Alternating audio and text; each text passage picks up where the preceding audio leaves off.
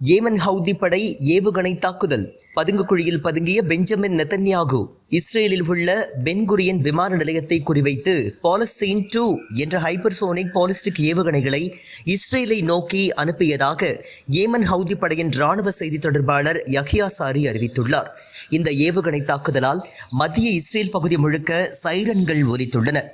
Yemen Houthi படையின் இந்த நடவடிக்கையால் இஸ்ரேலில் 20 லட்சம் ஆக்கிரமிப்பாளர்கள் உயிரை காப்பதற்காக பதுங்குகுழிக்கு சென்றுள்ளனர். அதேபோல இஸ்ரேல் பாராளுமன்றமான கென்செட்டில் இருந்த இஸ்ரேல் பிரதமர் பெஞ்சமின் நெதன்யாகு பாதுகாப்பு காரணங்கள் கருதி அங்கு பதுங்குகுழிக்கு கொண்டு செல்லப்பட்டுள்ளார். சைரன் சத்தத்தால் மத்திய இஸ்ரேல் பகுதியில் அனைத்து மக்களும் பதுங்குகுழிக்கு முட்டி மோதி சென்றுள்ளதால் கூட்ட நெரிசல் ஏற்பட்டு 13 பேர் காயமடைந்துள்ளனர். பென்குரியன் விமான நிலையத்திற்கு வரவேண்டிய விமானங்கள் வேறு விமான நிலையங்களுக்கு திருப்பிவிடப்பட்டுள்ளது.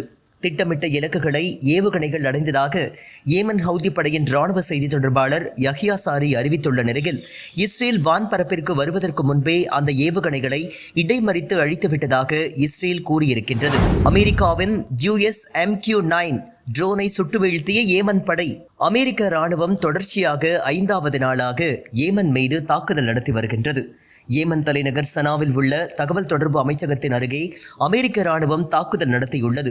மேலும் சடா என்ற நகரத்தில் நடத்தப்பட்ட மற்றொரு வான்வழி தாக்குதல் புறநகர் பகுதியில் விழுந்ததாக கூறப்படுகின்றது. வடக்கு சனா பகுதியில் நடத்தப்பட்ட மற்றொரு தாக்குதலில் கட்டி முடிக்கப்படாத திருமண மண்டபத்தின் மீது விழுந்ததாகவும் அதில் சிலர் காயமடைந்ததாகவும் கூறப்பட்டுள்ளது.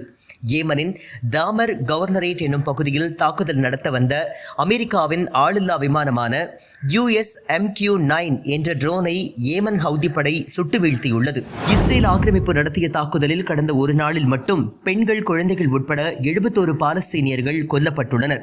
செவ்வாய்க்கிழமை போர் நிறுத்தத்தை மீறி இஸ்ரேல் தாக்குதலை மீண்டும் தொடங்கியதில் இருந்து இதுவரை 436 பாலஸ்தீனியர்கள் கொல்லப்பட்டுள்ளனர். அதில் 183 பேர் குழந்தைகள் என்பது குறிப்பிடத்தக்கது. போர் நிறுத்த ஒப்பந்தங்களை மீறி காசா பகுதிக்குள் மீண்டும் இஸ்ரேல் ஆக்கிரமிப்பின் தரைப்படை நுழைந்திருக்கிறது. குறிப்பாக வடக்கு மற்றும் தெற்கு காசா பகுதியை பிரிக்கும் நெட்சாரிம் காரிடோரை மீண்டும் கைப்பற்றியுள்ளது. இந்த இடத்திலிருந்து பின்வாங்குவதாக போர் நிறுத்த ஒப்பந்தத்தில் இஸ்ரேல் உறுதியளித்திருந்த நிலையில் மீண்டும் அந்த பகுதியை கைப்பற்றியுள்ளது. இதன் மூலம் காசா குடியிருப்பு வாசிகளின் நகர்வுகளை ஒடுக்குவதற்கு இஸ்ரேல் திட்டமிட்டுள்ளது. பெஞ்சமின் நெதன்யாகுவை ஹிட்லர் என்று அழைத்த இஸ்ரேலியர். காசாவில் மீண்டும் போரை தொடங்கியிருக்கும் இஸ்ரேல் அரசை கண்டிக்கும் வகையில் இஸ்ரேலில் பல இடங்களில் மக்கள் போராட்டம் வெடித்துள்ளது. குறிப்பாக நேற்று பெஞ்சமின் நெதன்யாகுவின் வீட்டை முற்றுகையிட்டு போராட்டம் நடத்தப்பட்டுள்ளது. மக்கள் போராட்டத்தை கட்டுப்படுத்த இஸ்ரேல் காவல்துறையினர் தண்ணீர் பீரங்கிகளை கொண்டு போராட்டக்காரர்கள் மீது தண்ணீரை பீச்சி அடித்துள்ளது.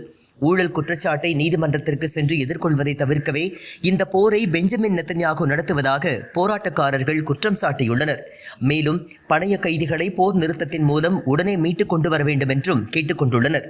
போராட்டத்தில் ஆவேசமடைந்த பேச்சாளர் ஒருவர் பெஞ்சமின் நெதன்யாகுவை ஜெர்மானிய நாசி சர்வாதிகாரியான அடோல்ஃப் ஹிட்லருடன் ஒப்பிட்டு பேசியுள்ளார். புதிதாக பாதுகாப்பு அமைச்சராக பதவியேற்றுள்ள தீவிர யூத வலதுசாரி கட்சியின் பென்குவிர் இந்த போராட்டத்தை இஸ்ரேலுக்கே எதிரான ஒரு போராட்டம் என்று பகிரங்கமாக குற்றம் சாட்டியுள்ளார். ஜெருசலத்தில் நடந்த மற்றொரு போராட்டத்தில் கார் ஓட்டுநர் ஒருவர் தனது காரை போராட்டம் நடக்கும் இடத்திற்குள் ஓட்டிச் சென்று போராட்டக்காரர்கள் மீது மோதியுள்ளார். இதில் யூத பாலஸ்தீன அமைதிக்காக போராடி வரும் ஸ்டாண்டிங் டுகெதர் எனும் அமைப்பின் 27 வயதான செயல்பாட்டாளர் ஓடட் ரோட்டம் கார் மோதலில் தாக்கப்பட்டு காயமடைந்துள்ளார்.